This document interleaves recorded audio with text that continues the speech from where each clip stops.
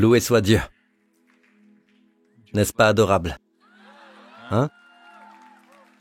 Vous savez que vous rajeunissez quand on vous propose une chaise.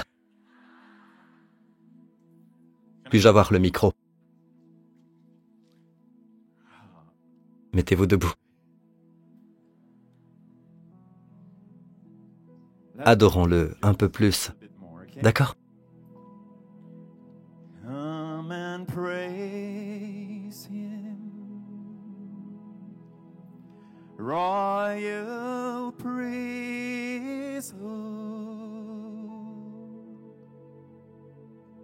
Come and worship. Holy nation. Worship Jesus is our Redeemer. He's so precious, King of glory. Come on, holy nation. Come and praise Him. Royal priesthood, come and worship. Holy nation, worship Jesus, our Redeemer.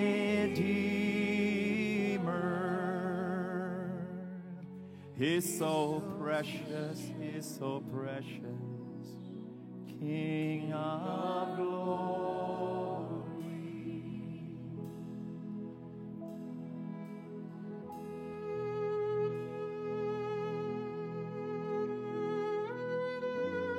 Laissez la paix de Dieu vous entourer. Laissez fondre tout le stress de la journée écoulée. Dissipate.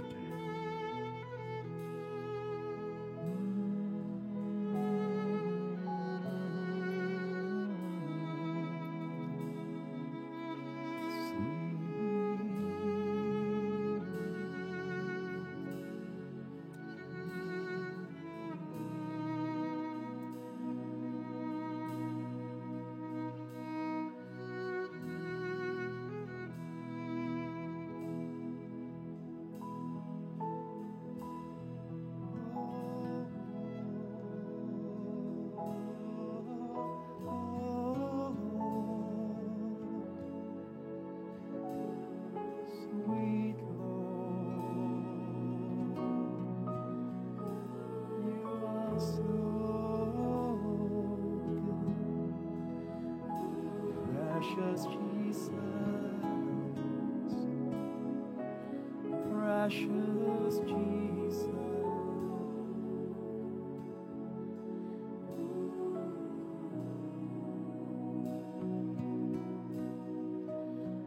King of glory,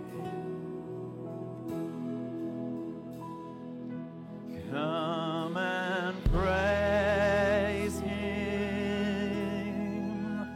Royal priesthood, come and worship. Holy nation, worship Jesus, our Redeemer. He's so precious, King of glory. Le Seigneur guérit les cœurs brisés. Il y a un certain nombre de cœurs brisés ici ce soir. Le Seigneur guérit les cœurs brisés. Le psalmiste dit, « Il compte le nombre des étoiles. » Et juste avant cela, il dit, « Il guérit ceux qui ont le cœur brisé. » Notre Seigneur a mis les étoiles dans l'espace. Il y a des millions et des millions d'étoiles que même les scientifiques, malgré toute leur technologie, ne peuvent dénombrer. Mais lui peut compter les étoiles. Pourtant, il s'humilie pour compter le nombre de cheveux sur votre tête. Et même le psalmiste dit, « Il guérit ceux qui ont le cœur brisé. » Quel Dieu! Quel Dieu bienveillant! Laissez-le verser l'huile et le vin dans votre cœur. Il sait ce que vous traversez. Il connaît la perte, la blessure, la trahison. Il sait. Il connaît la déception. Il sait. Et il vous aime suffisamment, au point même pour retarder la réponse dans votre vie, parce qu'il s'occupe de quelque chose de plus profond, qui vous sauvera et vous rachètera dans le futur. Il vous aime si profondément que vous ne pouvez le comprendre, ni lui, ni son œuvre dans votre vie actuellement, parce que vous voulez vivre une délivrance immédiate. Vous voulez une réponse immédiate, et pourtant, il tarde à le faire.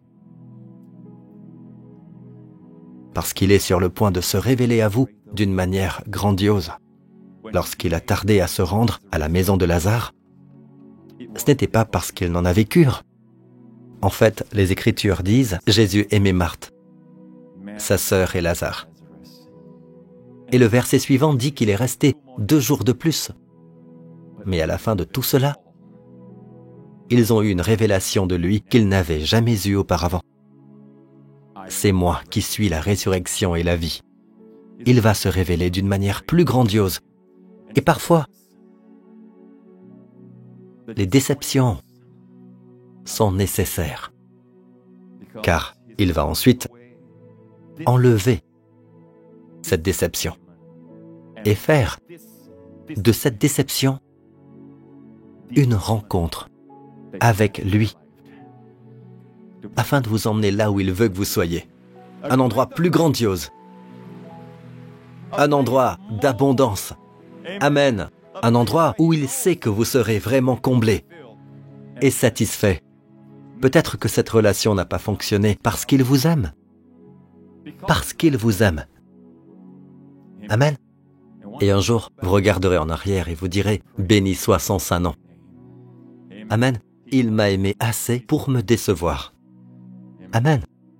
Vous savez, j'aime Justin, mon fils. Mais il y a des fois où je dois le décevoir. Parce que je sais que quelque chose n'est pas bon pour lui à ce moment-là. D'accord? À cause de ses connaissances limitées, il ne comprendra pas la connaissance que moi je possède. Mais un jour, il comprendra. Il regardera son père et lui dira « Dieu merci, tu as fait ça. Amen. Louez le Seigneur, louez-le. Merci Jésus. Très bien. Saluez au moins 3 ou 4 personnes avant de vous asseoir. Amen. Bienvenue. Dites-leur, bienvenue dans la maison de Dieu. Louez le Seigneur. Alléluia. Oui, chaque fois que vous voyez une chaise, cela signifie que la nuit va être longue. Non, non, non. Je ne fais que vous taquiner. Bienvenue à tous dans la maison de Dieu. Amen. Nous allons vivre une nuit passionnante. Et c'est ce que j'appelle une prise d'otage.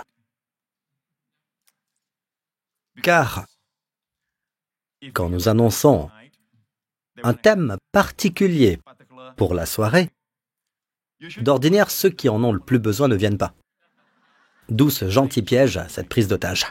Alors à ceux qui s'occupent de l'accueil, avant que j'annonce le thème, pouvez-vous fermer les portes et les verrouiller? D'accord? Personne ne sort. Je vais parler du mariage ce soir. Dieu soit loué. Amen. Je vais parler de ceux d'entre vous qui sont merveilleusement célibataires, ceux qui sont heureux d'être célibataires, et ceux qui ne veulent pas être célibataires. Si on a le temps. D'accord? Nous allons donc commencer par le mariage. Louons le Seigneur. Merci Jésus. Maintenant, je vous demande de lever la main, vous dans cette salle. Combien d'entre vous sont mariés? Très bien, ayez l'air heureux, allez-y. Levez tous les mains. D'accord. Saluez, saluez. Oui, quand vous saluez, il y a un mouvement et je peux le voir. Louez Dieu jusqu'aux étoiles. Louez Dieu. Combien d'entre vous sont heureux? Ah, très bien. Merci de sourire. Je sais que beaucoup d'entre vous sourient aussi par la foi. Amen. Tout dépend d'où vous en êtes dans votre couple en ce moment précis. Si vous venez de vous disputer, et c'est une vraie grosse dispute, cela fait partie du mariage. Ou bien vous avez passé un moment merveilleux. Oh, Amen, Pasteur Prince, prêchez-le leur à eux. Amen, à eux. Pendant que je prêche, ne donnez pas de coups de coude. Des gifles, ça va, mais pas de coups de coude. D'accord? Si votre mari dort, vous pouvez le gifler. C'est bon, mais laissez-moi vous dire ceci. Dieu vous aime. Et parce qu'il vous aime, tous ses plans sont pour votre bien. Le mariage est une idée de Dieu. Ce n'est pas l'idée de l'homme, d'accord? L'idée de l'homme est de rester ensemble, de voir si nous sommes bien l'un avec l'autre. Ça ne va pas marcher, je vous le dis. Pourquoi cela? Parce que la voie de Dieu est de se tourner vers lui pour qu'il vous guide. Ensuite, quand vous vous rencontrez, vous apprenez à vous connaître. Il n'y a rien de tel que d'être sûr à 100%. Amen. Il y a une place pour la foi. Puis-je avoir un bon amen? Mais quand on vit ensemble, on avance à vue. Vous savez, vous voulez tenter l'expérience pour voir si vous êtes faits l'un pour l'autre. Vous arriverez à un point où vous ne pourrez plus vous supporter. Et vous savez pourquoi? Parce que le scellé, la supercolle qui vient de l'alliance du mariage n'est pas là. Et le véritable amour a besoin d'une fondation solide. Et chaque mariage a besoin d'une tierce partie, son nom est Jésus. Amen. C'est lui qui maintient toutes les choses ensemble. En lui, dans les Colossiens, il est dit, tout subsiste. Savez-vous ce que signifie subsister? Maintenir ensemble. Toutes les choses sont maintenues ensemble par le Christ lui-même. Même ceux qui étudient les atomes vous diront que c'est une chose remarquable que les atomes soient séparés les uns des autres. Il y a une force qui les maintient ensemble. Ils ne peuvent pas aller plus loin. Ils peuvent pénétrer dans la matière, aller jusqu'à l'atome. Ils peuvent même diviser l'atome, mais ils ne peuvent pas vous dire ce qu'ils maintiennent ensemble. La Bible dit, en Christ, tout subsiste. Quand le Christ entre dans votre vie, vous êtes maintenus ensemble. D'accord? Quand le Christ est dans votre esprit est maintenu ensemble. Lorsqu'il entre dans votre relation est maintenue ensemble. Puis-je avoir un bon amen? J'aimerais partager avec vous, à partir de l'hébreu, quelques secrets concernant le mariage. D'accord? Combien d'entre vous savent que si vous êtes dans cette église, vous devez apprendre un peu d'hébreu? Les membres de la New Creation Church ont tous l'occasion d'apprendre l'hébreu et d'apprendre à aimer l'hébreu. Et nous finissons tous par aimer l'hébreu. D'accord? Ça fait partie du cursus. D'accord? Amen.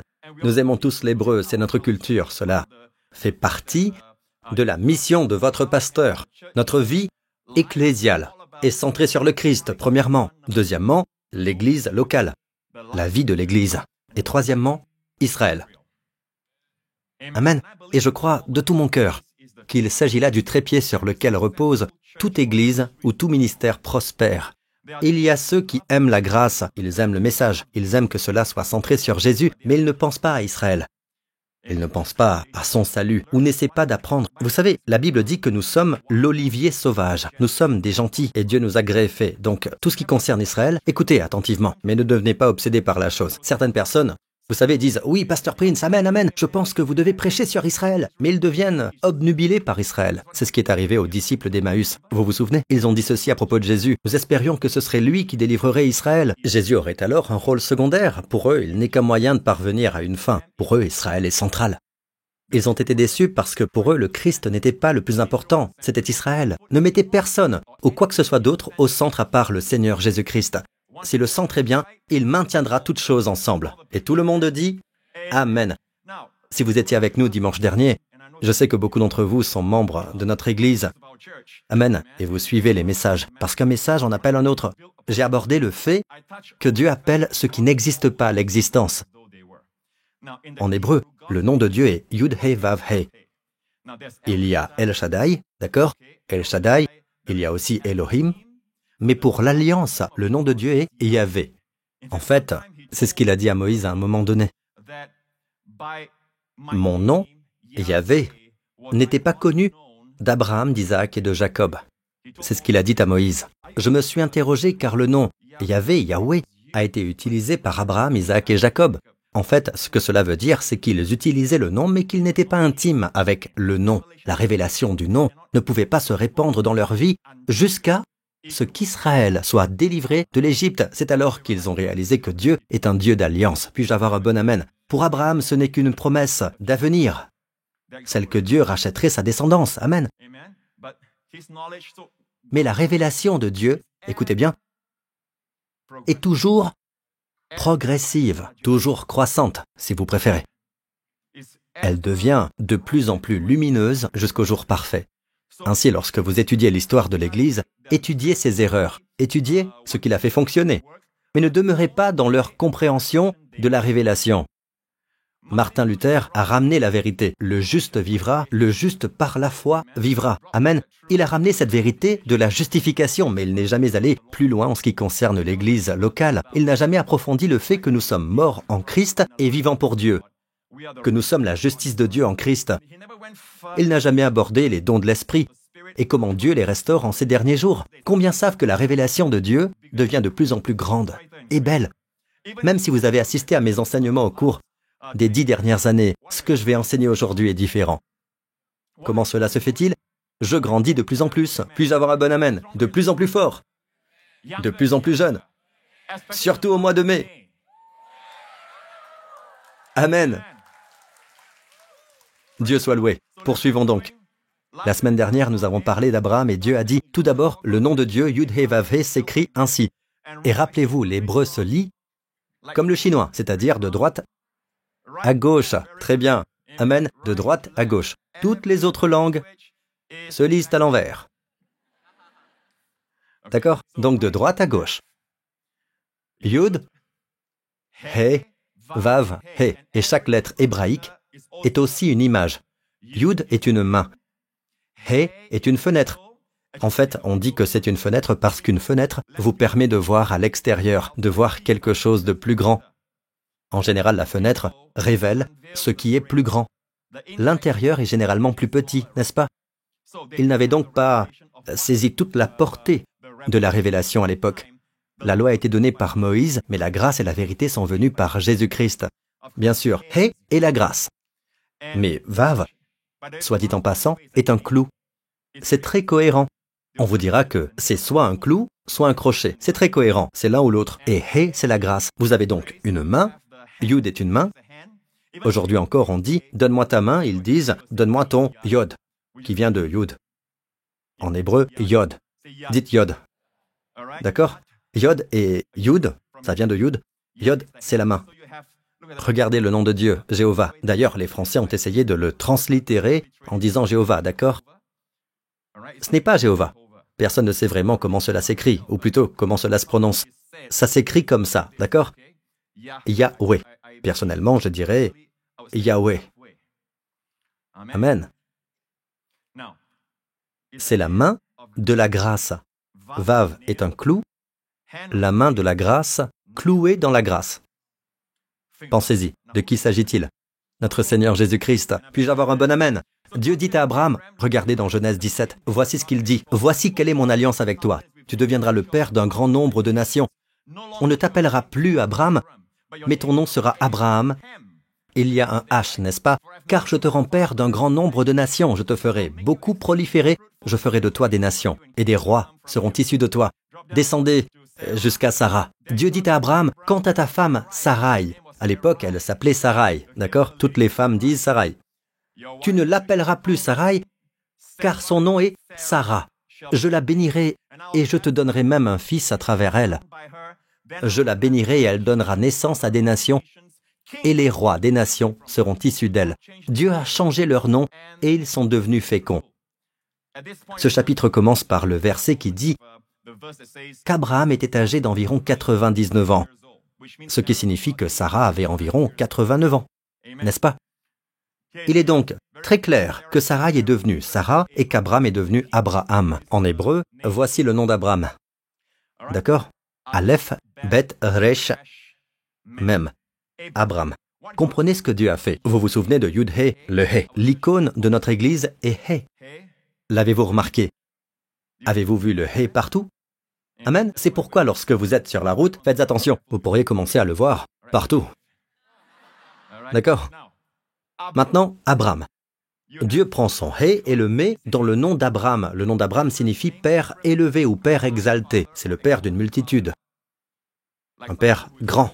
Parfois, ma femme et moi parlons des gens qui sont riches, mais dont la maison est brisée, le mariage est à un tel point où ils ne se parlent plus du tout. Honnêtement, à quoi cela sert d'être riche et de vivre ainsi?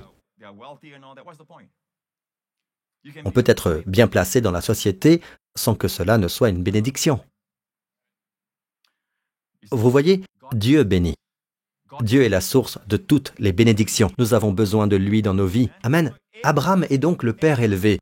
Il peut être seul et être père élevé, mais Dieu lui dit, tu deviendras une source de bénédiction pour d'autres. Il ne s'agit pas seulement de vous, il s'agit d'être une bénédiction pour tous les peuples de la terre. Amen. C'est alors que votre vie a un sens. Amen. Abraham, Dieu a mis un Yud, un He, un Vav et un He. Dieu a deux He, n'est-ce pas? Yud, He, Vav, He. Le premier He, il l'a donné à Abraham. Abraham est devenu fécond. Et qu'est-ce que le He? La grâce. Dieu a donné la grâce à Abraham. Abraham est devenu fécond. Maintenant, regardez le nom de Sarai. Sarai. Sarai, Shin, Resh, Yud. Shin, Resh, Yud. Au fait, He est la valeur numérique. D'ailleurs, pour votre info, l'hébreu n'a pas de nombre. D'accord? Il n'y a pas 1, 2, 3 comme chez nous. Nous avons A, B, C et 1, 2, 3. Pour eux, leur ABC, c'est 1, 2, 3. Ainsi, si vous voulez mettre le chiffre 5, ils mettent le chiffre He. He, la lettre He. D'accord? Vous avez compris. He est le chiffre 5, le chiffre de la grâce. La 5e fois que le nom de Noé est mentionné, il est dit « Noé trouva grâce aux yeux de l'Éternel ». La 5e fois que le nom de Ruth est mentionné dans le livre de Ruth, elle a trouvé grâce. « Comment ai-je trouvé grâce à tes yeux ?» dit-elle à Boaz. 5 est le chiffre de la grâce. Amen. Amen.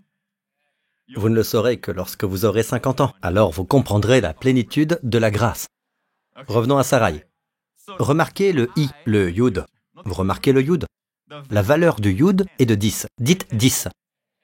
10, Sarai. Chaque fois qu'il l'appelle Sarai, Sar, dans le sens d'un capitaine, d'un seigneur, d'un chef, d'un patron. Aujourd'hui, nous disons patron. Sar. Sar, Shalom, prince de la paix. Sar, c'est le même mot. Star, même orthographe. D'accord? Le prince de la paix, c'est Sar, Shalom. Donc chaque fois qu'Abraham appelle sa femme Sarai, c'est mon Seigneur, mon patron. Comme certains d'entre vous, quand je vous demande de faire quelque chose, « Pasteur, laissez-moi aller voir mon patron. » Pas vrai? Vous ne dites pas mon patron, vous dites ma femme.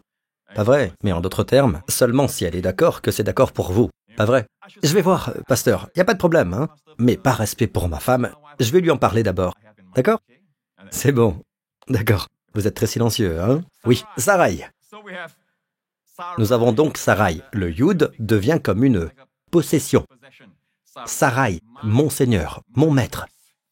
Puis, Dieu a enlevé les 10. Dieu a enlevé les 10. Dieu a enlevé le chiffre 10. Yud a la valeur de 10. Dieu a supprimé la loi et Dieu a donné la grâce. Et elle est devenue la mère de nombreuses nations et a enfanté des rois. Pensez-y, Sarah est devenue une princesse. Son nom signifie princesse. Sarah. N'est-ce pas merveilleux? Amen.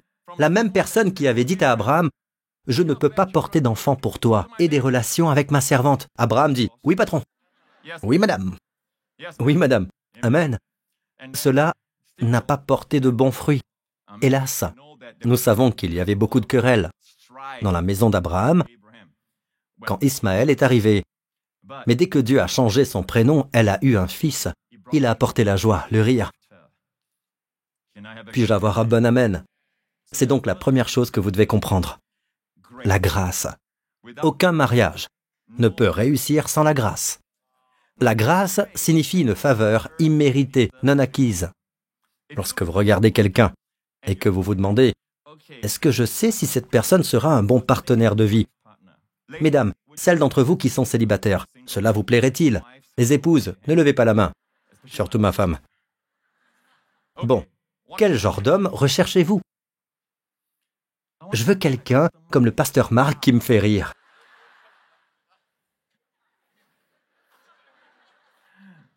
Je veux quelqu'un de musclé comme le pasteur Lawrence. D'accord? Ce sont tous des hommes merveilleux, je vous taquine, mais laissez-moi vous dire ce que la Bible vous recommande. Qu'est-ce qui rend un homme séduisant aux yeux de Dieu? Et Dieu sait que ce qui est attirant pour lui le sera aussi pour vous.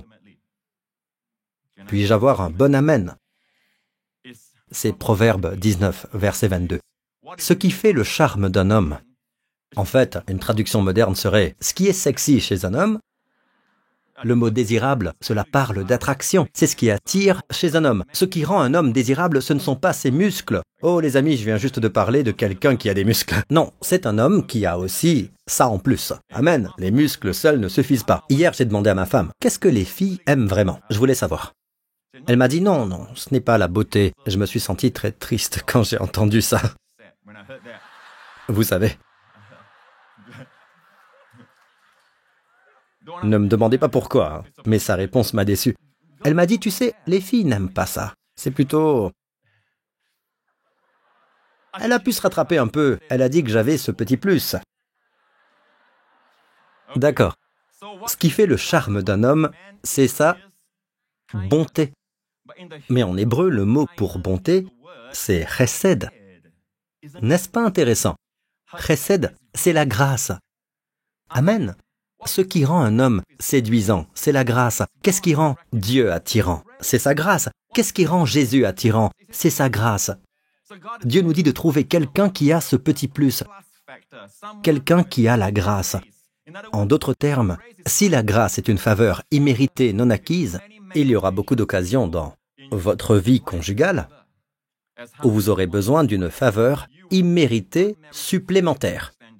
Car même s'il n'a pas envie de vous pardonner, il vous accordera son pardon sans que vous ayez besoin de demander. Il vous pardonnera. Parfois, il s'excusera d'abord. Je veux que ma femme entende cela. Parfois, elle s'excusera d'abord.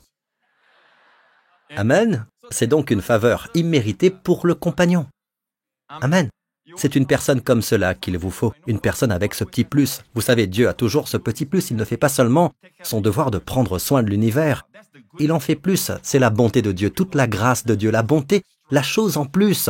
Vous savez, Dieu aurait pu créer des oiseaux qui ne chantent pas. Ce n'est pas nécessaire qu'ils chantent. Quand on y pense, cela n'apporte rien à la nature, à la création, que les oiseaux chantent. Mais Dieu a créé des oiseaux qui chantent. Pourquoi? Parce que Dieu est toujours bon. Et il l'a fait pour vous et moi, afin que nos oreilles puissent entendre le chant des oiseaux. Est-ce que vous écoutez? Je me souviens d'une chanson de D.L. Moody. Où était-ce? Un autre homme de Dieu qui, dans les premières années du renouveau, au milieu d'une tempête la nuit, sa fenêtre s'était ouverte. Oh non, c'est un auteur-compositeur qui a écrit « Hide me in your bosom ». « Cache-moi en ton sein », c'est un hymne bien connu. La nuit, il y avait un orage et soudain un oiseau s'est approché de la fenêtre. C'était un rossignol. Vous savez, les rossignols chantent. Ils chantent la nuit. C'est pourquoi les Anglais l'appellent « nightingale ». « Night » veut dire nuit. N'est-ce pas? Et en plus, il a volé directement vers sa veste. Et il a été stupéfait, parce qu'il a réalisé qu'il y avait un hibou qui le poursuivait et qui voulait en fait le tuer. Vous voyez? Parce qu'il a volé vers la veste, il a été protégé. Cet homme de Dieu, bien connu, a écrit alors cette chanson « Cache-moi en ton sein pendant que les calamités passent ». C'est le petit plus. Un rossignol chante magnifiquement dans la tempête. Et plus la tempête est violente, plus il chante magnifiquement. Vous pouvez aller sur YouTube, pas maintenant, et écouter le chant du rossignol. Alors pourquoi Dieu nous a-t-il donné ce petit plus? C'est juste pour que nous en profitions. Les fleurs. Dieu aurait pu les faire simplement, mais pourquoi les a-t-il faites si belles? Il a fait aussi la beauté pour les yeux et le parfum pour les oreilles. Pourquoi? Je voulais dire pour le nez. Ok, vous êtes réveillés, Dieu soit loué. D'accord, c'est pour vos yeux et votre nez. Amen.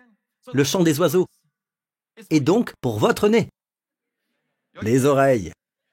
En d'autres termes, il y a cette idée dans le christianisme que si nous nous laissons aller à nos sens, il y a quelque chose de mal à cela. Vous savez, vous ne pouvez pas chanter à votre femme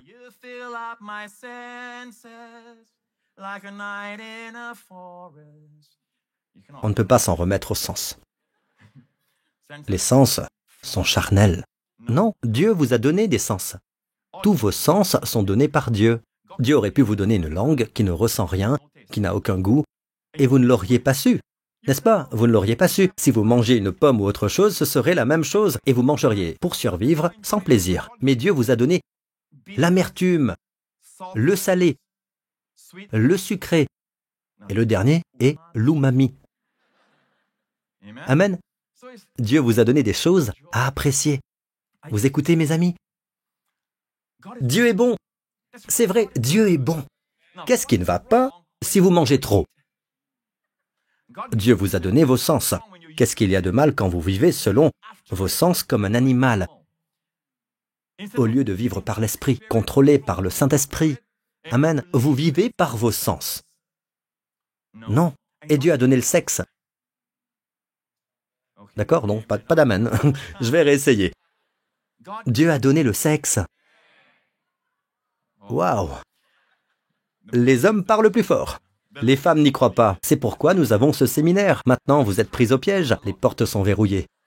Dieu a donné le sexe. Vous savez, Dieu aurait pu dire ceci. Reproduisez-vous, devenez nombreux. Cela aurait pu se passer ainsi. Adam la gifle 5 fois et elle lui donne 50 gifles. C'est possible. Vous comprenez ce que je veux dire? Et paf, paf, paf. Et maintenant, vous avez conçu. Dieu peut-il faire cela? Oui. Et vous ne l'auriez pas su. Vous ne l'auriez pas su. Et vous pensez que le monde a beaucoup à offrir? Non, ils prennent ce que Dieu donne et le pervertissent. Ils veulent que vous suiviez vos désirs pour d'autres personnes que votre conjoint. Ils veulent les pervertir. Amen. Ce jeu s'appelle de la perversion. Cela n'a rien à voir avec l'idée originelle. D'accord? Dieu attend de l'acte sexuel qu'il soit un acte saint, un acte merveilleux, un acte agréable. Amen. Dieu l'a ordonné ainsi. Amen. Vous pouvez tous dire Amen, c'est bon, d'accord, c'est saint. Le lit conjugal épargné par la souillure, dit la Bible. Dites Amen. Oui, je ne sais pas pourquoi le pasteur Marc est si silencieux, hein? D'habitude, il est très très bruyant sur ce genre de choses. Amen. Son Amen est très faible aujourd'hui. Il vieillit. Ok. Ce qui fait le charme d'un homme, c'est son chesed. Ce qui veut dire, il a ce petit truc en plus. Regardez un homme qui est très pointilleux sur la façon dont il dépense son argent. J'ai dit pointilleux, pas bon gestionnaire. Il ne fait même pas d'effort, d'accord? La façon dont il agit avec vous, c'est à peine suffisant. Il fait juste son devoir, il ne va pas plus loin. Même dans sa générosité, il n'a pas un grand cœur. Ce sont des personnes qui manquent de chesed. S'ils ont fait l'expérience du chesed, de la grâce, ils donneront de la grâce. Puis-je avoir un bon amen? Êtes-vous d'accord avec moi? Dans un mariage, je précise avant toute chose que Dieu a créé Adam et Ève. Dieu a créé Adam et Ève. Comme je viens de vous le dire.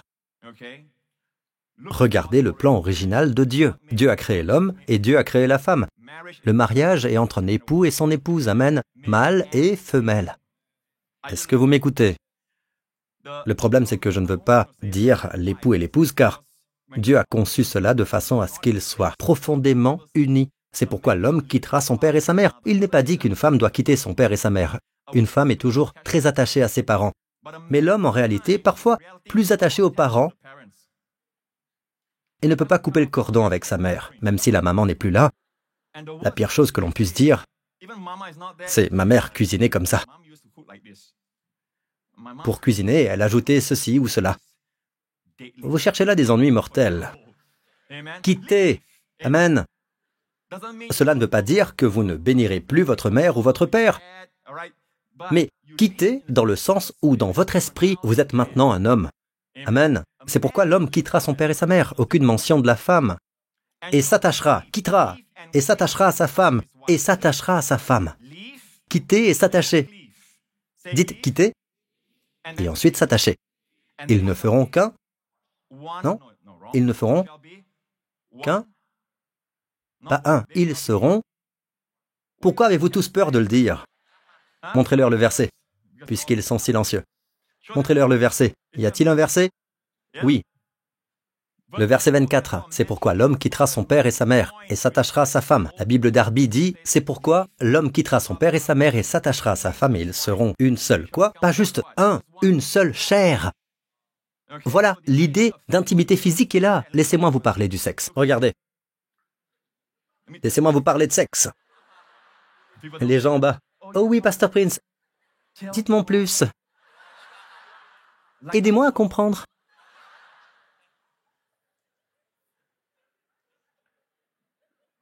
Une seule chair. Bien entendu, il faut comprendre que c'est plus que du sexe ici. Mais n'enlevez pas le mot chair. En ce moment, beaucoup d'entre vous sont tellement spirituels et religieux qu'ils commencent à dire « ils ne feront qu'un ». Vous oubliez bien vite que chair est un mot inspiré, mes amis. Dieu a dit une seule chair, ce qui signifie que le sexe ne doit pas être célébré en dehors du mariage. Une autre chose à propos du sexe, c'est qu'une seule chair signifie qu'ils sont unis. La meilleure façon de l'illustrer est de prendre 2 feuilles de papier. 2 feuilles de papier. Et je mets de la colle sur une de ces feuilles. Puis, je prends l'autre et je les colle ensemble. Et je laisse ça pendant environ 1 heure. D'accord? Puis, je reviens, je vous donne ce papier et je vous demande de séparer ces feuilles pour avoir 2 feuilles individuelles. Pourrez-vous le faire? Non, lorsque vous avez des rapports sexuels, quelque chose se transmet. Le sexe est si puissant. C'est plus qu'une simple rencontre entre un corps et un autre. Après l'acte, quand vous vous séparez, vous pensez redevenir vous-même entièrement? Non, ce qu'il y avait en cette personne vous a été transmis. Parce que cela a été pensé ainsi pour le mariage. C'est comme séparer la feuille de papier. Vous ne pouvez plus la séparer. Lorsque vous essayez, certains morceaux vont ici et d'autres là. Le sexe est sacré et puissant. Il est là pour sceller la relation conjugale. Mesdames, si vous êtes mariées et que vous n'aimez pas le sexe, vous avez besoin de cette révélation. D'accord? C'est sacré. Non, ne m'aidez pas, je peux m'aider moi-même. Prêchez-le, Pasteur Prince, prêchez-le lui. Prêchez, amen. Vous n'aidez pas non plus ceux qui sont devant. Pasteur Marc, je ne sais pas ce qui t'est arrivé. On se parlera plus tard, d'accord? Personne n'aide. Amen, amen. Mais vous ne savez pas ce que mon mari veut, il est comme un obsédé sexuel. Laissez-moi vous dire ceci, s'il est un obsédé sexuel, alors le pasteur Marc...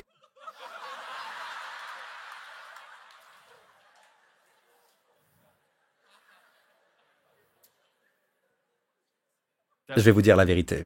Tous les hommes pensent au sexe. Pratiquement. À chaque...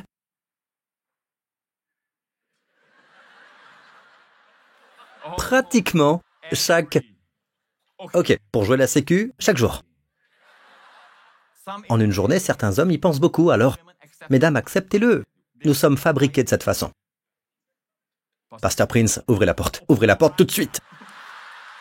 Écoutez-moi, ouvrez la porte tout de suite. Asseyez-vous, mesdames, et écoutez, c'est pour votre bien. Les femmes veulent quoi? Elles ne veulent pas vraiment de sexe. Elles n'y pensent pas. Elles n'y pensent pas pendant des jours, des semaines, et parfois des mois, n'est-ce pas? C'est pas vrai, ce n'est pas grave, d'accord, allez. Les femmes veulent de l'amour. Elles veulent qu'on s'exprime. Amen, elles veulent vos paroles. Ce qui se passe, c'est que l'homme donne ses mots et montre de l'affection pour obtenir du sexe. Et c'est ce qui se passe dans le monde. Les femmes pensent que c'est cela la réalité. Elles donnent du sexe pour obtenir de la compagnie. Nous devons comprendre ces choses. Mais comme je le disais, quand vous avez des partenaires sexuels hors mariage, quelque chose vous est transmis. Et c'est pour ça qu'il y a beaucoup de difficultés. Parce qu'on ne peut pas se séparer et se dire « je suis toujours moi ». Pas vrai, mais il y a de l'aide en Dieu. Il y a une restauration en Jésus. Amen. Puis-je avoir un bon amen? Donc, vous allez tous bien? On peut continuer? Vous savez, je juge que je pourrais aller plus loin, dépendant de vos réactions. D'accord, merci beaucoup. Bien, regardez maintenant ceci. Et l'homme, Adam, dit, cette fois, celle-ci est os de mes os et chair de ma chair. Celle-ci sera appelée femme. Il l'a vue et il a dit, wow, ce qu'elle est belle. Oui, c'était la première fois qu'il la voyait. Dites-vous bien, Dieu peut fabriquer une femme avec des cornes de reine, avec des plumes, et un cou comme un vautour, non? Ou encore avec des jambes comme une autruche. Et l'homme voit ça et il fait « Wow! Mais c'est quoi ça ?» Pas vrai? Comme je vous l'ai dit, Dieu dans sa bonté et sa grâce fait les choses pour qu'elles soient agréables à vos yeux. Donc, quand vous choisissez quelqu'un, oui, l'importance, c'est le chesed.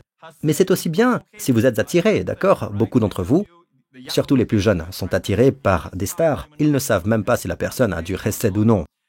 Faire preuve de charité peut aussi être une simulation. Pour YouTube, pour les médias sociaux, vous savez. Mais nous ne savons pas qui il est. Mais nous sommes attirés par son apparence surtout. C'est compréhensible. Mais en fin de compte, ce n'est pas cela qui va maintenir votre mariage. Qu'est-ce qu'un homme attend d'une femme? Il veut de la beauté. Ce que Dieu nous dit est exactement ce dont nous avons besoin. Il nous connaît. Et ceux d'entre vous qui sont célibataires, les hommes célibataires, que recherchez-vous? Dieu dit de chercher une femme avec quoi?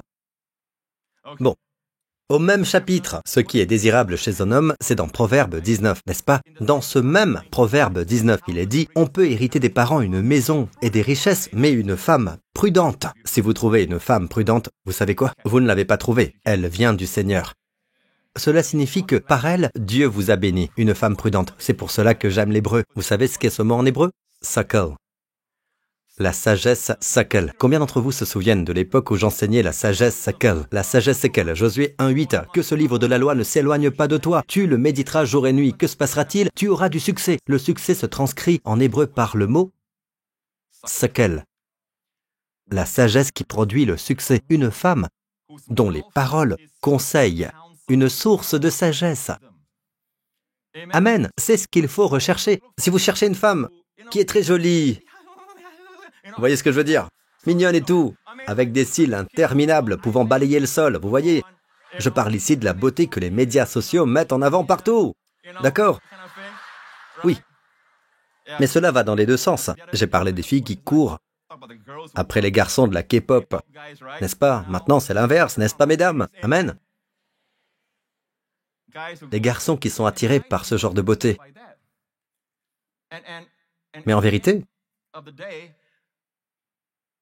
ce qu'ils veulent bien souvent, c'est quelqu'un qui peut être une caisse de résonance. Quelqu'un qui peut donner des conseils, parce que nous, les hommes, il nous arrive aussi d'être découragés. Nous nous décourageons si souvent, pas vrai? Nous traversons des périodes de stress et nous n'en parlons à personne. Parfois, nous ne pouvons même pas en parler à nos amis proches. Mais si vous avez une femme qui est prudente, comme quelqu'un que je connais. Amen. Vous savez quoi? Vous savez quoi? Ce qu'elle me conseille est si profond que, lorsque j'en parle à mes pasteurs plus tard, c'est comme si c'était mon idée. Et les hommes paieront parfois beaucoup d'argent pour aller à une conférence pour entendre quelqu'un dire quelque chose que leur femme dirait gratuitement à la maison. Et parce qu'ils paient de l'argent, alors, c'est plus précieux, vous voyez ce que je veux dire. Mais Dieu a mis dans beaucoup de femmes, et surtout ici, dans ce lieu, amen, la prudence, la sagesse. Et plus une femme est sage, plus elle est belle. Vous savez, Dieu a toujours placé la beauté après la sagesse. Regardez cette femme. Rappelez-vous quand David était en fuite et qu'il était sur le point de tuer quelqu'un qui a maltraité ses hommes. Il s'appelait Nabal. Il était marié à une belle femme qui s'appelait Abigail, n'est-ce pas? Et voici ce qui s'est passé. David a envoyé des messagers pour tuer Nabal à cause de la façon dont il a traité ses hommes. En chemin, David a été intercepté par Abigail. La sagesse d'Abigail est digne d'une leçon de communication à étudier. La façon dont elle parle à David, elle dit ceci. « Je sais que tu seras roi un jour, je te le dis en vérité. Si tu fais cela, si tu tues Nabal et sa maison, tu l'auras sur la conscience quand tu seras roi. Ne t'inquiète pas pour tous tes ennemis. Rappelle-toi comment Dieu a jeté tes ennemis d'un coup de fronde. » David s'est souvenu, elle a parlé d'une façon qu'il pouvait comprendre. Parfois, vous devez dire à votre mari, si votre mari aime le golf, dites-lui en fait, il y a un club de golf que tu as aimé utiliser la dernière fois et puis tu l'as mis de côté. Et voilà qu'il reste là, tout le temps. Il pourrait être utile énormément, mais tu as oublié que tu l'avais. Tu sais quoi? Parfois, je me sens ainsi, c'est un exemple. Parlez golf, parlez football, parlez d'Avengers, ce que vous voulez. Amen. Amen. Carrie doit parler des Avengers avec Gabriel. Mais la prudence est Sakel. Sakel est la sagesse qui mène au succès. Puis-je avoir un bon amen? Maintenant, regardez Abigail. Comme je l'ai dit, la sagesse, Sakel, passe avant la beauté. 1 Samuel. Avons-nous 1 Samuel? Nous ne l'avons pas. Bon, trouvez Abigail rapidement. D'accord? Trouvez Abigail et montrez le verset quand vous serez prêt, d'accord? Êtes-vous bénis jusqu'à présent? Ok, continuons. Continuons, vous pouvez l'afficher à n'importe quel moment, d'accord? Reprenons le chapitre 2 de la Genèse. Voici cette fois celle qui est faite des mêmes os et de la même chair que moi. On l'appellera femme, Isha, parce qu'elle a été tirée de l'homme. En hébreu, femme se dit Isha. Vous l'avez trouvé? Vous la cherchez au moins? 1 Samuel, chapitre 25 peut-être. Oui, c'est ça, 1 Samuel 25. Pouvez-vous trouver 1 Samuel 25? Vous devez tous le voir parce que j'ai une révélation à partager avec vous. 1 Samuel 25, verset... Ok, personne ne m'aide au premier rang alors. Et savez-vous comment on les appelle? Des pasteurs. Leur titre, c'est pasteur. Et c'est maintenant qu'ils essaient de trouver leur Bible. Quoi qu'il en soit, de quel verset s'agit-il, les amis? Quelqu'un qui n'est pas pasteur veut me le dire? 32. Très bien, affichez 1 Samuel 25, 32. Vous l'avez? Regardons dans la Bible, plutôt. 1 Samuel 25. Ce n'est pas de leur faute, je n'avais pas prévenu. 1 Samuel 25. D'accord, nous y voilà, 25, verset 2, verset 3. Il y a beaucoup de gens confus ce soir. Et vous me rendez confus aussi. 1 Samuel 25, verset 3. Le pasteur Marc dit le verset 3. D'accord, le voici. Le nom de cet homme était Nabal et sa femme s'appelait Abigail. Marc a gagné. Dieu soit loué. Merci Jésus. Je te pardonne pour ton silence de tout à l'heure. Tu as réussi au moment opportun. Amen. Tu es béni. Marco. Le nom de cet homme, écoutez, sa femme s'appelait Abigail. C'était une femme très belle et pleine de bon sens. Pardon, pleine de bon sens d'abord, et très belle. Alors, l'apparence. Remarquez ce qui vient en premier. Le bon sens. D'ailleurs, le mot bon sens, taube, le mot bonne est taube. Le mot compréhension est sakel. C'est le même mot pour femme prudente. C'est une femme prudente. Savez-vous pourquoi ce verset est si important? Quand je priais à propos de Wendy pour savoir si je devais la courtiser, c'est le verset que Dieu m'a donné. Et elle n'était pas mariée à un Nabal, juste pour que vous le sachiez, ok? Vous savez ce qui s'est passé, n'est-ce pas? Dieu a tué Nabal et la femme était libre de se remarier. D'accord? Alors ne priez pas pour ça. Je ne vous l'ai pas dit pour que vous priez pour ce genre de choses. Mais juste pour que vous le sachiez, Dieu met toujours en avant sakel chez la femme. La sagesse, le conseil qui apporte le succès, le bon succès. Elle avait cela et je crois que c'est cela qui la rendait belle en apparence. Amen. Vous voyez la priorité de Dieu? Et tout le monde dit, il y a des gens qui sont physiquement attirants. Vous les rencontrez pendant un certain temps, vous leur parlez pendant un certain temps, ils sont attirants. Vous voyez ce que je veux dire? Et c'est incroyable. Vous êtes captivé par eux. Mais après avoir appris à les connaître pendant un certain temps, ils semblent perdre leur beauté. Vous savez pourquoi? Il n'y a rien là-haut. Avez-vous déjà rencontré des gens comme ça? Et puis, il y a des gens que vous rencontrez, cela s'applique autant pour un garçon ou pour une fille. Parfois, vous regardez une publicité pour un film ou encore pour un feuilleton coréen et vous regardez ce type. Oh là là, ce jeune homme est un pathétique, c'est un perdant, vous voyez? Mais ensuite, vous regardez le feuilleton, à mi-parcours, vous tombez amoureux du jeune homme. N'est-ce pas? Il est devenu attachant. Pourquoi? Parce que dans la série, il a beaucoup de chesed. Il fait des choses pour la fille. Il souffre tranquillement. La fille ne sait pas. Ils agissent comme s'ils étaient chrétiens. Ils font le maximum. Ils sont pleins de joie. Désintéressés. Patients avec la belle famille. Ouhou, vous voyez? C'est une vie chrétienne. La seule chose qui n'est pas chrétienne dans les feuilletons coréens, c'est que l'homme a toujours mauvais caractère. D'accord? Et ce n'est pas comme ça qu'on séduit une fille, juste pour que vous le sachiez. Même si ces séries sont... Bref, revenons à la Genèse. Vous apprenez des choses, les amis? Je vais maintenant vous montrer quelque chose d'autre, de très intéressant. Ce ne sont pas des choses communes, ce sont des révélations que j'ai reçues du Seigneur. Bien sûr, vous pouvez tous prendre un livre sur le mariage, le lire et l'étudier, mais je voudrais vous partager ce qui vient de mon cœur, ce qui a marché pour moi. Je vais être très franc et très direct parce que ce soir, je vous tiens. Amen.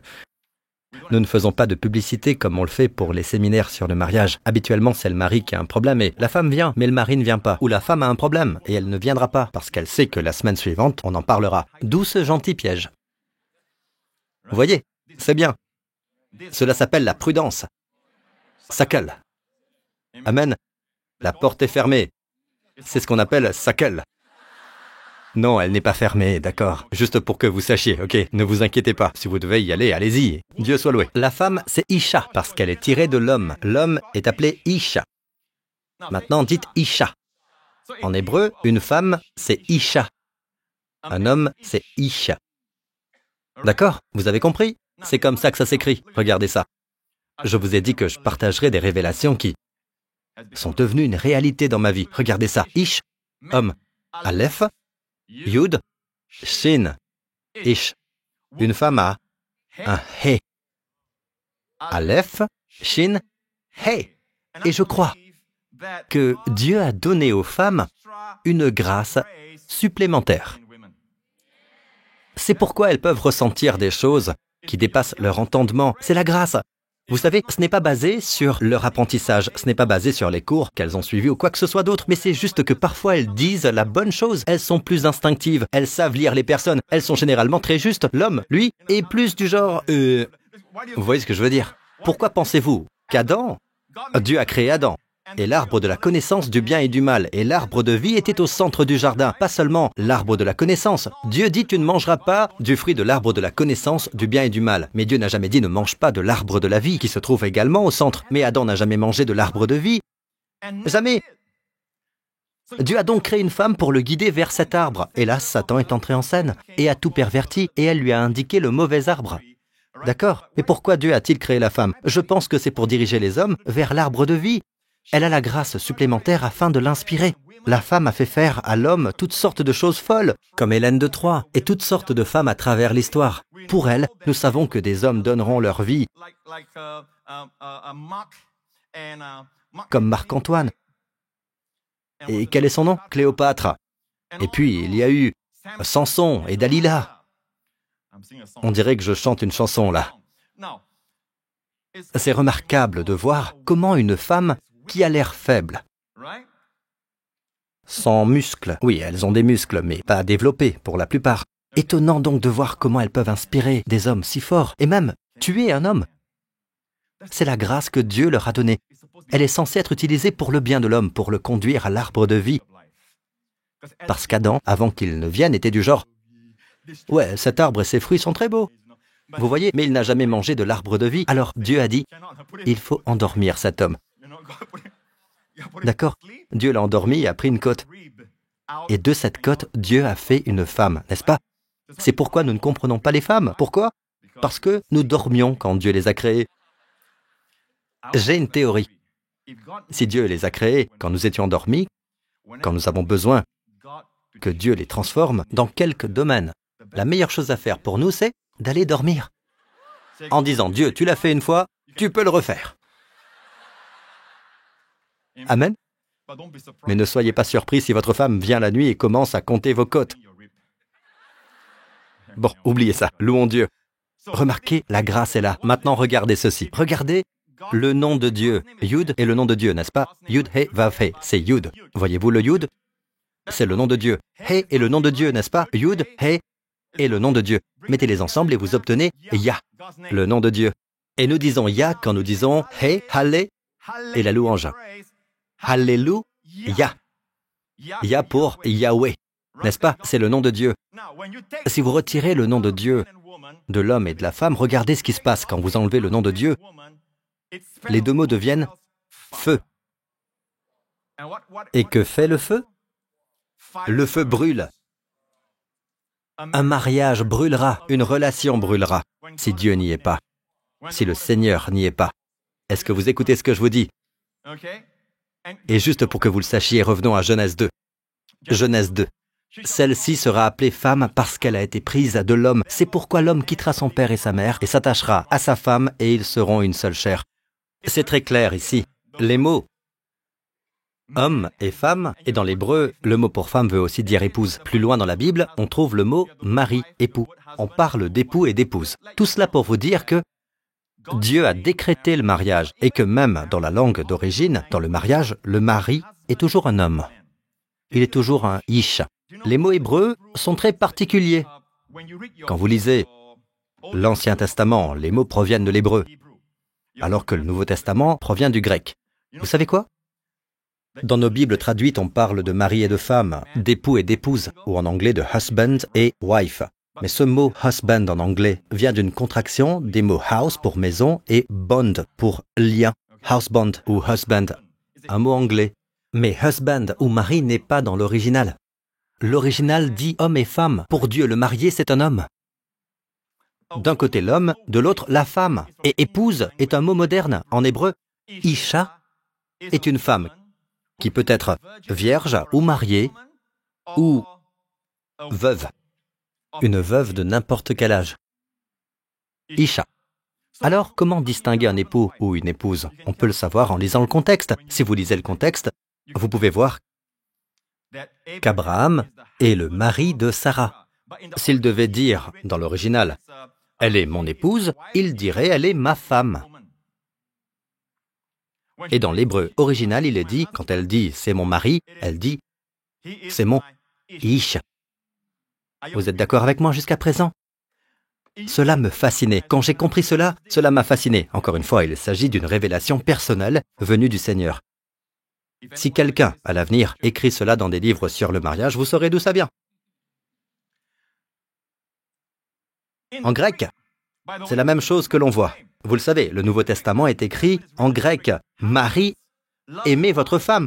Mais en hébreu, il n'y a pas de différence entre mari et homme. La parole est « Marie, aimez votre femme ». Mais il est évident que c'est dans le contexte du mariage. Le français précise « Marie, aimez votre femme ». Mais dans l'original, en hébreu, c'est « isha » pour l'homme. En grec, c'est le mot « aner ». Aner. Et aner peut se référer à un homme comme un mot générique, un mâle, un marié ou célibataire. Le mot « femme » en grec est Gouné. Le mot gouné est à l'origine du mot gyne. Gyne comme dans le mot gynécologue. Une gouné peut être une vierge, une femme mariée, qu'importe l'âge. Taylor précise que cela peut être une femme de n'importe quel âge. Pourquoi Dieu a-t-il mis dans la langue originale que même après le mariage, après vous être marié, votre épouse demeure une femme? Vous voyez, j'utilise le mot épouse pour qu'on se comprend. Bref, vous voyez votre épouse comme une femme. Ce sont des subtilités de la langue. Et pourquoi cela? Parce que Dieu nous connaît dans le détail, jusque dans la structure psychologique de l'homme. Écoutez bien, il y a de la sagesse ici. Vous regardez un magazine. Vous regardez un film sur Netflix ou ailleurs. Et vous voyez quelqu'un de séduisant. Vous dites que cette personne, c'est une femme. Cela va sans dire. Une femme. Et votre épouse est assise là. Une épouse. Une épouse qui ne vous surprend plus. Elle se laisse aller un peu. Épouse, femme. Épouse, femme. Elle regarde des feuilletons à l'eau de rose. L'homme, le mari, allongé là.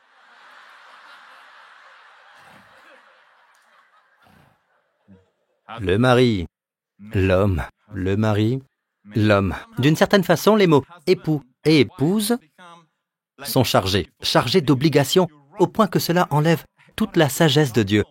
Mais une chose étonnante arrive lorsqu'un homme qui n'a pas de passion pour sa femme, se rend compte un jour, bon, je n'approuve pas cela, je n'en parle pas parce que c'est une bonne chose, je ne dis pas que c'est bien. Mais lorsque la femme a une liaison, il est étonnant de voir à quel point la passion de l'homme est ravivée, tout est ravivé. C'est comme si tout revenait à la vie. Et tout d'un coup, pourquoi? Parce qu'il réalise soudain qu'il regarde son épouse comme une femme.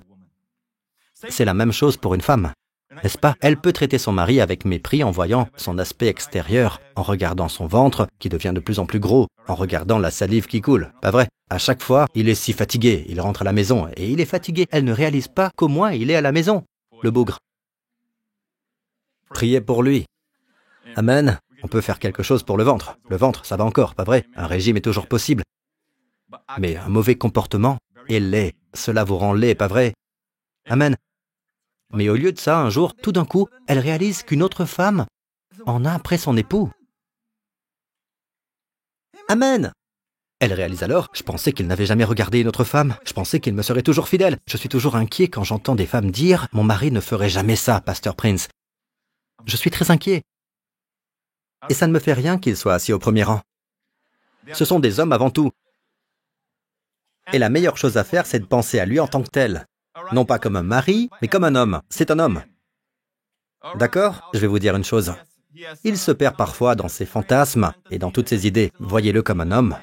Aucune importance s'il a l'air spirituel. C'est un homme. Et vous, les femmes? Et il y a une chanson qui me vient. After all, he's just a man. Stand by your man. Vous la connaissez? Give him two arms to cling to, something warm to come home to, when nights are dark and lonely. Stand by. Ok, louez Dieu, alléluia, amen. Où est la porte? Ouvrez la porte.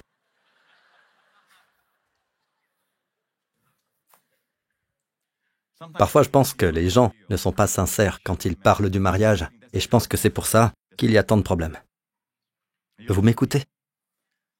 Nous devons être sincères. Imaginez un peu. Et si Dieu vous rappelle à lui aujourd'hui? Imaginez seulement, imaginez. D'accord? Laissez-moi l'illustrer avec le pasteur Marc. D'accord? Imaginez cela. Imagine que Dieu te rappelle à lui. D'accord? Ça n'arrivera pas, d'accord? Mais Dieu te rappelle à lui et ta femme est jeune. Peux-tu imaginer qu'elle se marie avec quelqu'un d'autre? Qu'un autre la serre contre lui? Oh, c'est maintenant que tu te tournes vers ton épouse, n'est-ce pas? Oui, tout d'un coup. Tout d'un coup, c'est une femme que tu vois. Maintenant, écoutez attentivement. Écoutez. Il n'est pas sage de prendre votre mari pour acquis en se disant « Oh, il ne me fera jamais ça, il ne me fera jamais ça ». Non, l'adultère est toujours destructeur. Le péché détruit toujours, ne l'oubliez pas. Il vous coûtera plus cher que vous ne voulez payer. Vous ne vous rendez jamais compte que c'est si coûteux. D'accord? C'est très douloureux. Cela causera beaucoup de douleur, pas seulement à votre cœur, mais à de nombreux cœurs. Que les choses soient claires, l'adultère est mal. En fait, Joseph a dit ceci. Comment pourrais-je commettre un aussi grand mal? Avant que les 10 commandements ne soient donnés. Il a qualifié l'adultère de grand mal. Mais, réalisez que votre partenaire peut être un candidat à l'adultère vous fait le regarder ou la regarder de la bonne façon.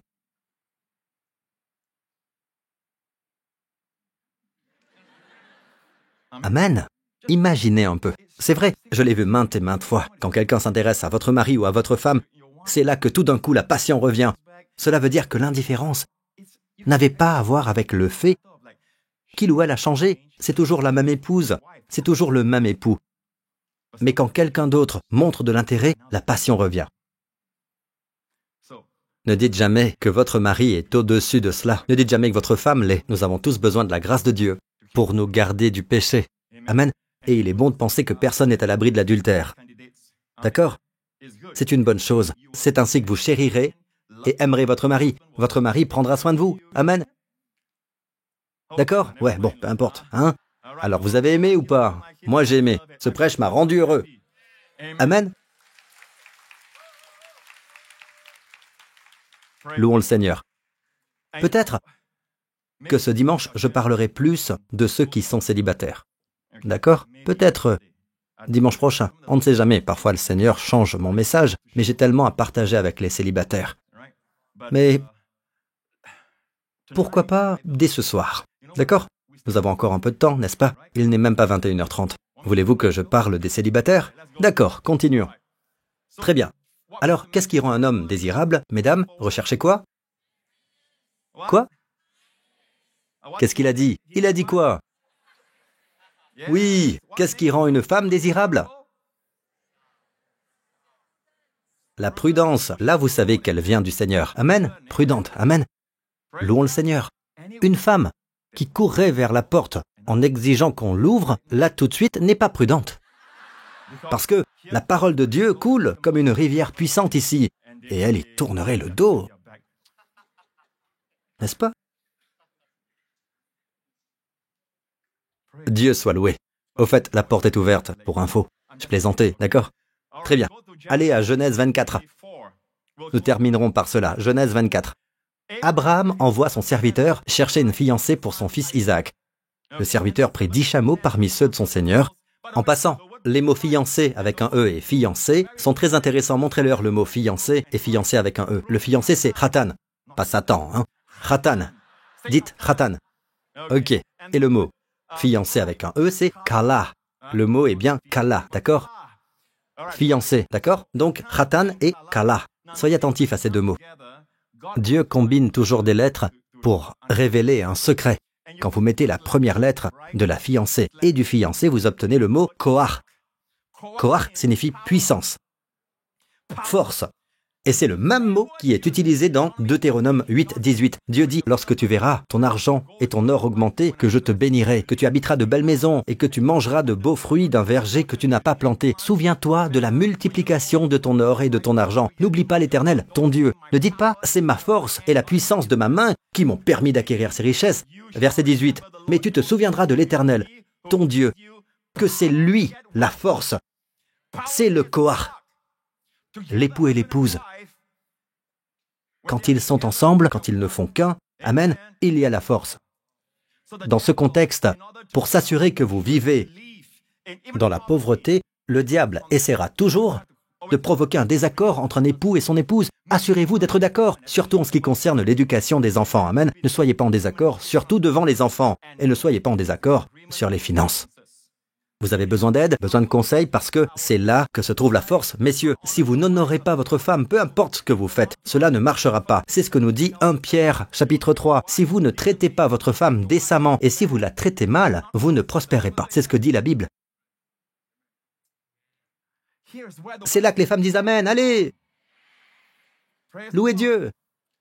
C'est Dieu qui te donne de la force, Koach, pour acquérir ses richesses afin de ratifier son alliance qu'il a jurée à tes pères comme il paraît aujourd'hui. Cela nous dit très clairement que la pauvreté n'établit pas son alliance, c'est la richesse qui établit son alliance. Amen. Écoutez-vous, époux et épouse, soyez unis. Revenons donc aux célibataires.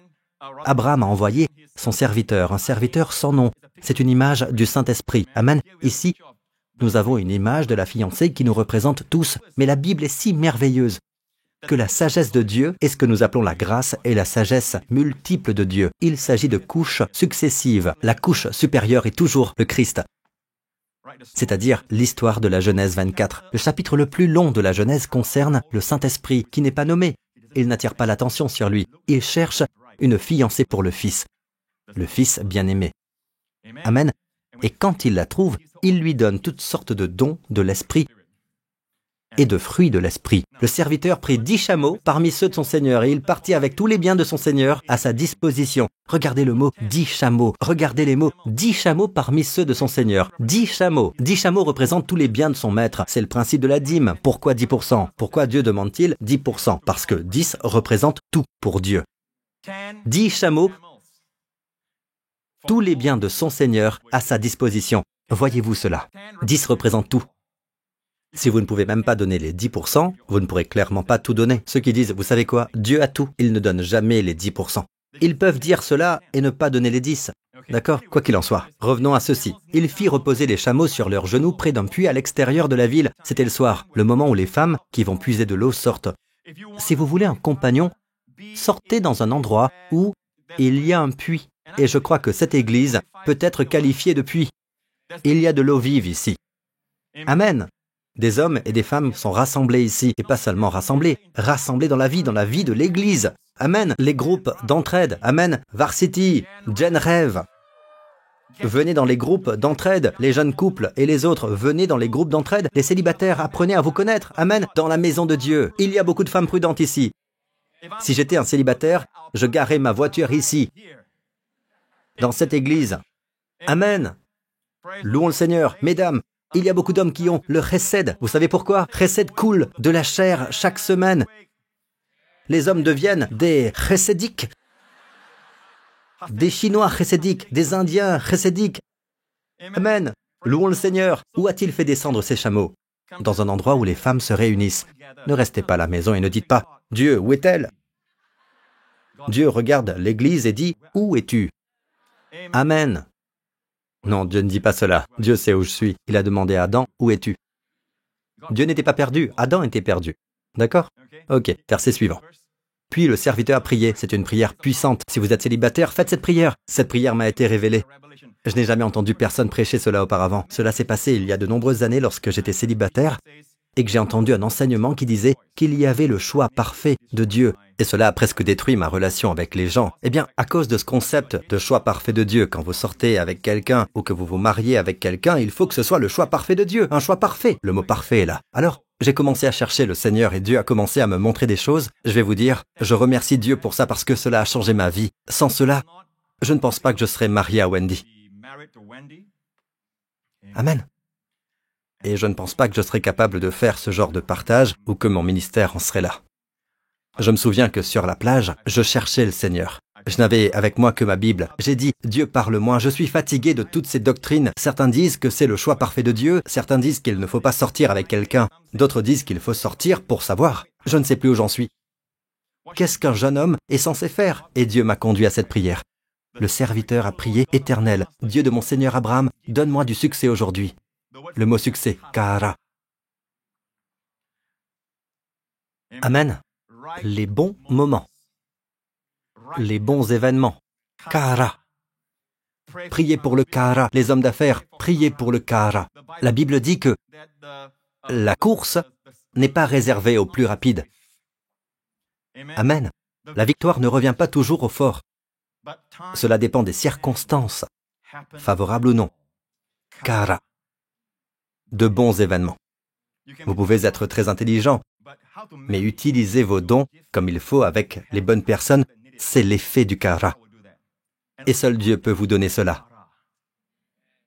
Amen. Louons Dieu.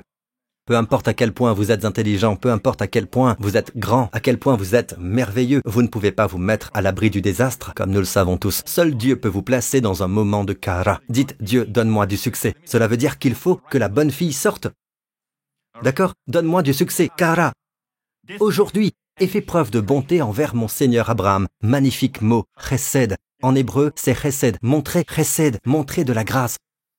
Voici que je me tiens près de la source d'eau, et les filles des habitants de la ville vont sortir pour puiser de l'eau. Que la jeune fille à laquelle je dirai, prends ta cruche pour que je boive, et qui répondra, bois, et je donnerai aussi à boire à tes chameaux. Attendez, combien de chameaux? Vous savez combien peut boire un chameau? Pas juste un seau. Le chameau ne s'arrête pas de boire tant qu'il n'est pas rassasié. Comme le dit mon fils, vous savez ce qu'est un chameau sans bosse? Il l'a demandé à quelqu'un l'autre jour. Un chômeur, parce qu'il ne bosse pas. Alors, vous remarquez? La femme qui est prête à quoi? Faire un effort supplémentaire. Salut à la femme prête à donner ce petit plus. Cette femme est prête à faire ce petit plus. Il cherche la femme qui a de la grâce, la femme qui a de la prudence, la femme qui montre son cœur. Elle ne dira pas simplement « Je vous offre un verre, je donnerai aussi à boire à tes chameaux ». Amen. Et elle répondra, « Bois, et je donnerai aussi à boire à tes chameaux, quelle soit celle que tu as destinée à ton serviteur Isaac. Par là, je reconnaîtrai que tu fais preuve de chesed envers mon Seigneur. » C'est la parole, la phrase qui m'a sauté aux yeux lorsque j'étais sur la plage. Je me souviens, il y a des années, alors que j'étais célibataire, j'ai demandé à Dieu, « Montre-moi si cela existe, un choix parfait. » Et j'ai eu l'impression que Dieu me le montrait. S'il y a un choix parfait, que se passe-t-il quand un homme épouse son choix parfait et que celui-ci meurt? Il ne peut pas se remarier parce que son choix parfait est mort. S'il y a un choix parfait pour tout le monde, votre choix parfait est mort, vous ne pouvez plus épouser personne, parce que si vous épousez quelqu'un, cette personne est le choix parfait de quelqu'un d'autre. C'est mal de prendre celui de quelqu'un d'autre. Votre choix parfait est déjà mort, alors vous épousez le choix parfait de quelqu'un d'autre. Si vous croyez au choix parfait, c'est la conclusion logique. Non, honnêtement, choisissez le meilleur. Demandez à Dieu sa sagesse. Demandez-lui sa direction à suivre. Faites un bon choix. C'est la voie à suivre. Ne soyez pas spirituel au point de dire « Oh oui, il s'appelle Dan. Je vois la tribu de Dan. Oui, c'est lui. Amen. Josué. Son nom est Josué. » Mais si celui que Dieu a désigné pour vous s'appelle Lim Peng Sun, il ne sera pas dans la Bible. Pas de Lim Peng Sun dans la Bible. Dieu, montre-moi un Dieu. Lim. Non, il n'y a pas de Lim. Il n'y a pas de Pang.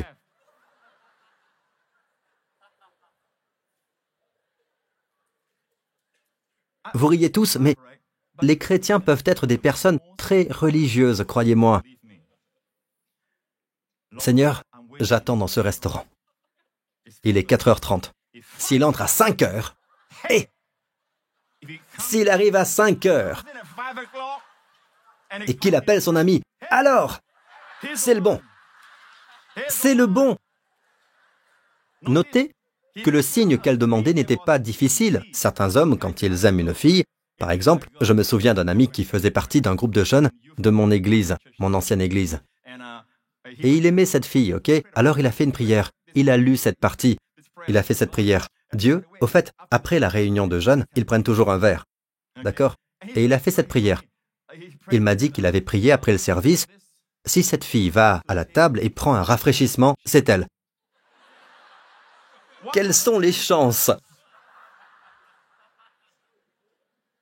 Ne demandez pas des signes à l'extérieur parce que le diable est à l'extérieur. Dieu est en vous. Le diable parlera d'une voix douce pour vous apaiser, mais il n'y aura pas de paix. Dieu est en vous. Le diable est à l'extérieur. Je connais une femme, une histoire vraie. Une histoire très triste, mais vraie. Elle a épousé un homme parce qu'elle l'a demandé au Seigneur. Cet homme l'a courtisé continuellement. Elle a demandé au Seigneur un signe. Elle se promenait sur la plage la nuit et elle a vu une étoile filante. Elle a dit, c'est un signe.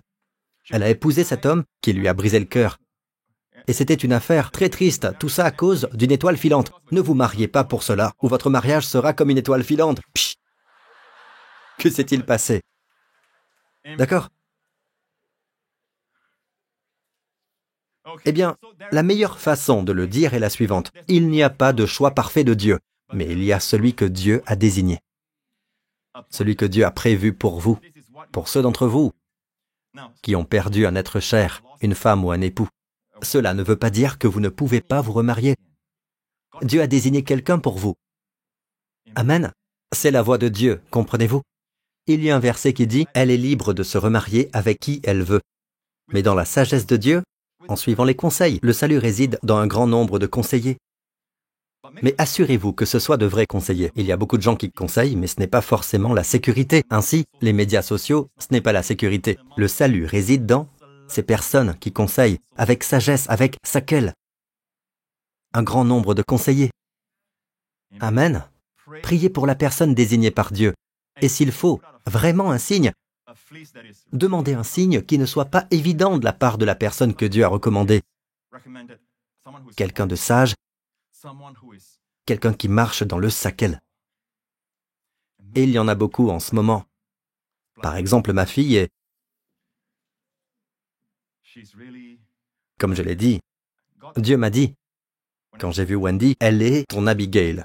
Et le verset qu'il m'a donné était celui-ci, compréhensive et belle. Amen. Je suis marié avec elle depuis de nombreuses années maintenant. Oui, 24 ans. 24 ans. 1 an avant les noces d'argent. Allons les amis, vous pensez que je ne savais pas? Oui. Amen. Et je vais vous dire, Je suis toujours amoureux de cette fille. Chaque fois que je me réveille, je me dis que je suis béni. Et elle devient de plus en plus belle, vous savez? Oui. Si cela est possible, elle devient de plus en plus belle. Et son amour, et sa sagesse, je ne sais pas combien de fois je me tourne vers elle et je lui parle, et la sagesse ressort. Je me dis, pourquoi n'y ai-je pas pensé? Pourquoi n'ai-je pas dit cela? Mais j'ai appris à l'accepter et à profiter de ce que Dieu m'a donné. Amen. Amen. Mes amis, Dieu a conçu le mariage. Dieu sait exactement ce qui est nécessaire.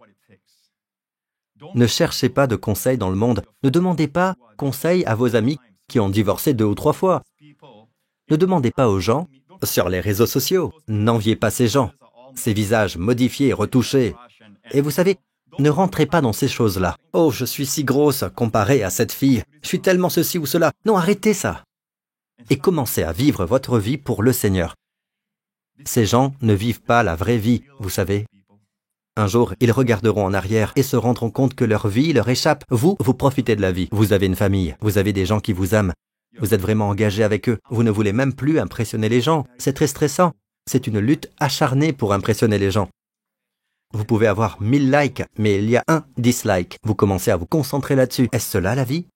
Ne faites pas ça. Amen. Votre vie est précieuse. Vous savez quoi? Tous les maris sont les mêmes. Vous épousez le pasteur Marc, c'est la même chose. Amen. Et là, vous réalisez, mon mari était plus normal, pas vrai? Je ne veux donc pas que vous ayez une haute idée de moi ou de quelqu'un d'autre. Nous sommes tous pareils, l'homme est l'homme, et nous avons besoin de la grâce de Dieu.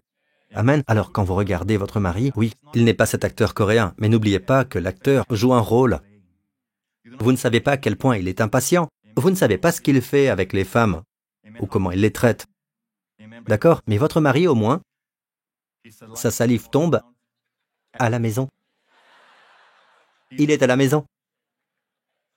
Priez pour lui. Priez et aidez-le. Amen. Louez Dieu. Que sommes-nous sans nos femmes? Nous pouvons tous le dire. Amen. Pasteur Henri, vous êtes très silencieux. Pouvez-vous dire Amen, Pasteur Henri? Tu prends des notes. Dieu soit loué. Très bien. Je suis très magnanime avec le Pasteur Henri. Il faut du respect. Amen. La Bible dit, tu te lèveras devant la personne aux cheveux blancs. Amen. Louons Dieu. Avez-vous tous été bénis? D'accord. Louons le Seigneur. Nous sommes dans les temps. Amen. Levez-vous, s'il vous plaît. Je veux prier pour vous. Bien sûr, il y a encore beaucoup de choses. Nous ne faisons que commencer. Combien se réjouissent d'avoir appris un peu d'hébreu? Retournez voir votre femme, retournez voir votre mari et dites-lui, « Femme, tu es ma femme. Tu es ma femme. » Et les femmes, qu'est-ce qu'elles disent? « Tu es mon homme. » Et toutes les femmes célibataires, qu'est-ce qu'elles disent? « Amen, moi un homme. » Le bon, bien sûr, hein? Le bon. Très bien. Louons le Seigneur. Merci Jésus. Père Céleste, au nom de Jésus, je prie pour tous ceux qui écoutent ma voix, Père. Seigneur, il y a des cœurs brisés. Des cœurs qui ont été profondément blessés. Père, même un cœur qui a été trahi.